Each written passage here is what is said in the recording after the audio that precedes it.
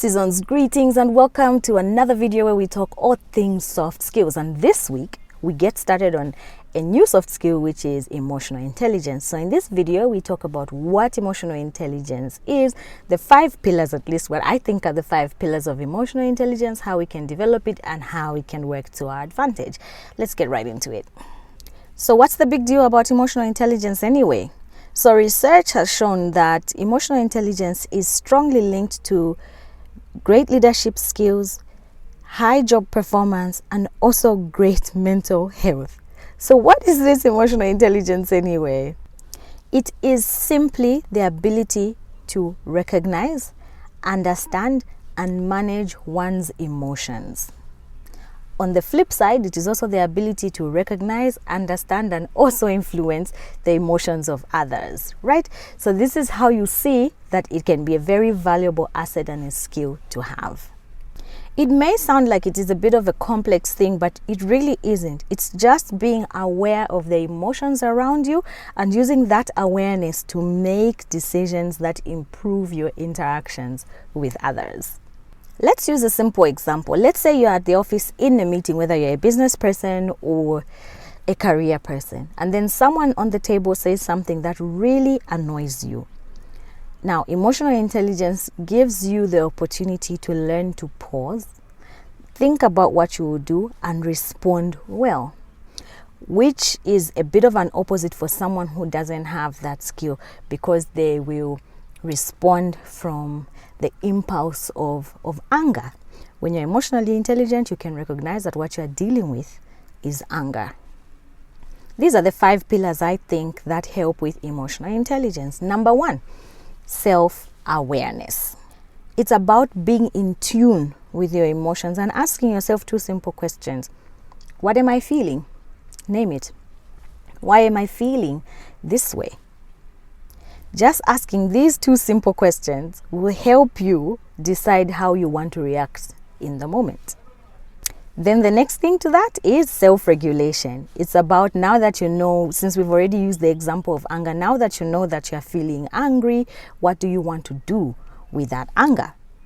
Simple things like maybe breathing, maybe excusing yourself to catch your breath, so that you can come back and address the situation, just as an example.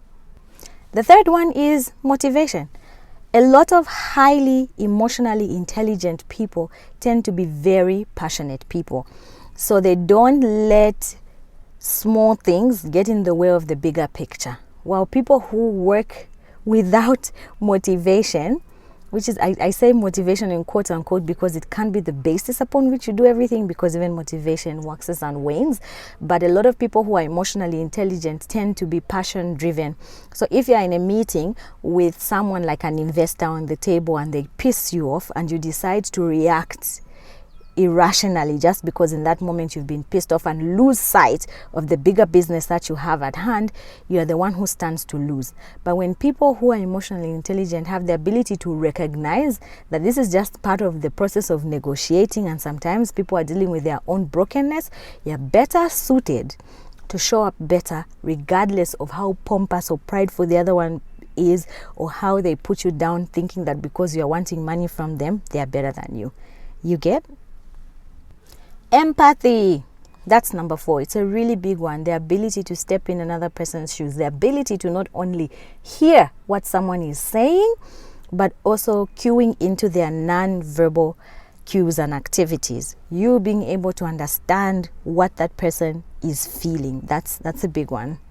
But most importantly, responding from the perspective that makes the other person feel that you have understood what they are trying to communicate, even what they have not said.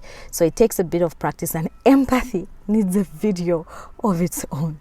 But it's very important. If you want to go down a rabbit hole from this video, I say choose empathy. Go down that rabbit hole, learn that. And the last one, social skills. It's the ability to build strong relationships, healthy ones. So you only see emotional intelligence work in situations when it is put to the test, like conflict resolution. So then why is this important? I'm sure by this time you already know why it is important. Like I said in the beginning, it has been linked to strong relational skills, leadership skills, even mental health, good mental health. Emotionally intelligent people manage conflict well. Now, in this fast-paced world where we're exposed to social media, news comes to us at an instant. You may be driving and receive news of a funeral, or that something's happening. I don't know what's going on. Emotionally intelligent people tend to thrive better in environments like ours. We're better able to manage stress, manage teams, manage very difficult conversations as well.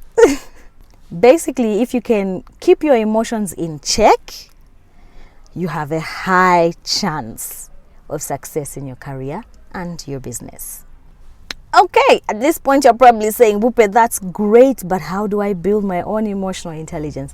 Now remember that in these short videos, I try to give you information that can take you down your own rabbit holes and research how you can improve these things. So I'm just going to give you 5 tips, I think. 4 or 5 tips on how you can improve, and I really hope that you go down and search these things.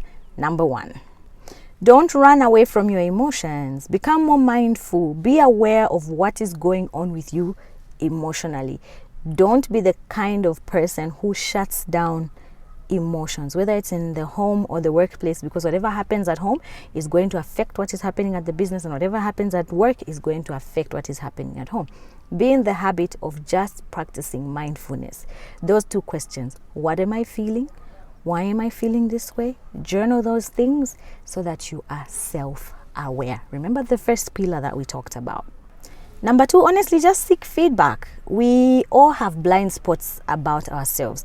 So being open to getting feedback and criticism from people without feeling too judged, because there are certain people, we are very sensitive, where if someone tells us something about ourselves that we think is not a very nice thing, we go into a shell, close ourselves up, and now we can't grow.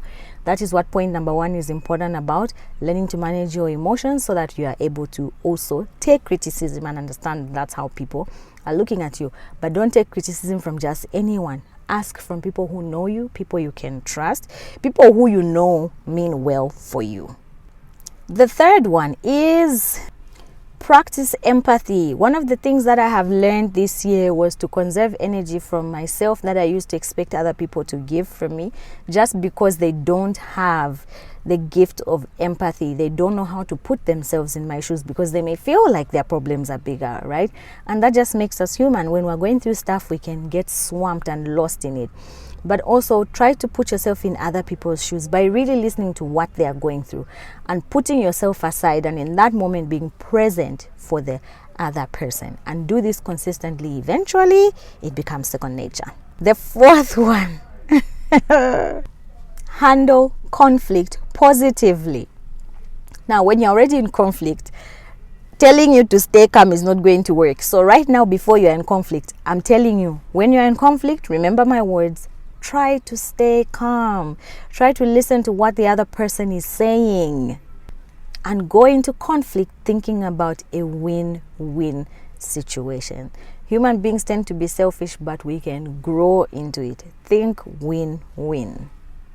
I hope those 4 tips were helpful, and I hope you will go and practice your emotional intelligence. Now, I'm telling you, this is not something that you work on overnight. These are skills that we are growing into. They are human development skills, like Simon Sinek says. So we grow into them. Just be deliberate about it. Let me know what you think in the comment section, and just a big shout out to Unbraided Hair Salon. You guys, these are so light, and I am very, very happy with them. Come through for all your unbraiding and now even braiding services. Thank you so much for joining me. Until the next one, this has been your friend Rupe, the Mindpreneur. Bye.